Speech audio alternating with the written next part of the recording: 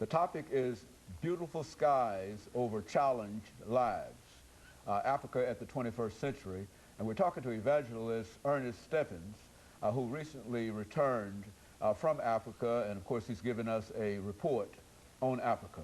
And of course, Reverend Stephens, before we end this show for today, let's give you an opportunity during this time to talk about some of the things that, or to complete some of the things that you talked about during the last segment. Sure, sure. And what I shared with you concerning Kakuma at the refugee camp, I was also in Nairobi, and in and around Nairobi.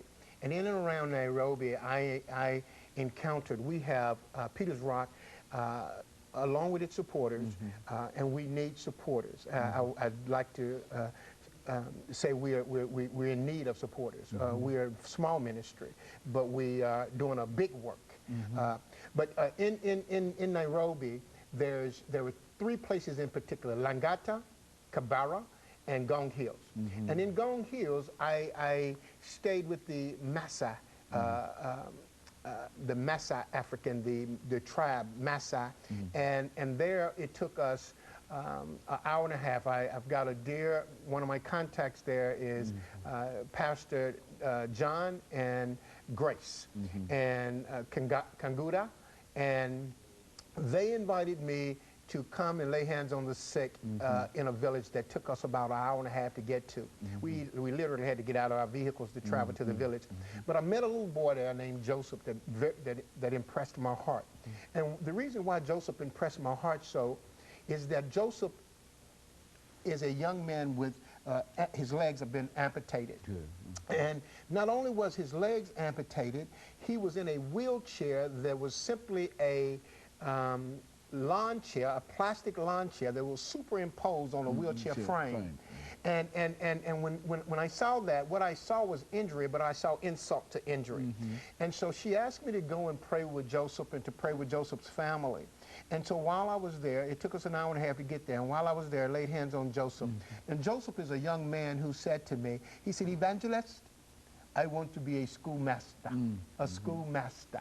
I said, "Joseph, you can be anything you want, son." Now, here's a young man who have a lot of odds against him, first off, because he finds himself in a wheelchair. He finds himself, and the sad part about Joseph's deal is that they amputate his legs a little bit more every year because his bones as a 9, 10-year-old are continuing to grow.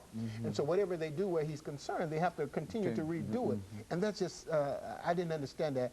But nevertheless, Joseph was one of the individuals, and while we were there, Joseph had a friend. Joseph wasn't concerned with Joseph. Joseph was concerned with another little girl in a village close to his who could not hear. And so they went and brought her to me. We laid hands on Joseph's family, on Joseph, prayed with Joseph's family. Right now, we're preparing to send Joseph a wheelchair. And what I've learned is it costs more to send it than it would be just to buy it. That's why we need partners. We need partners that are willing to, individuals, corporations, organizations, churches, that were willing to assist us as we do the work of this ministry. We believe that Joseph deserves a wheelchair.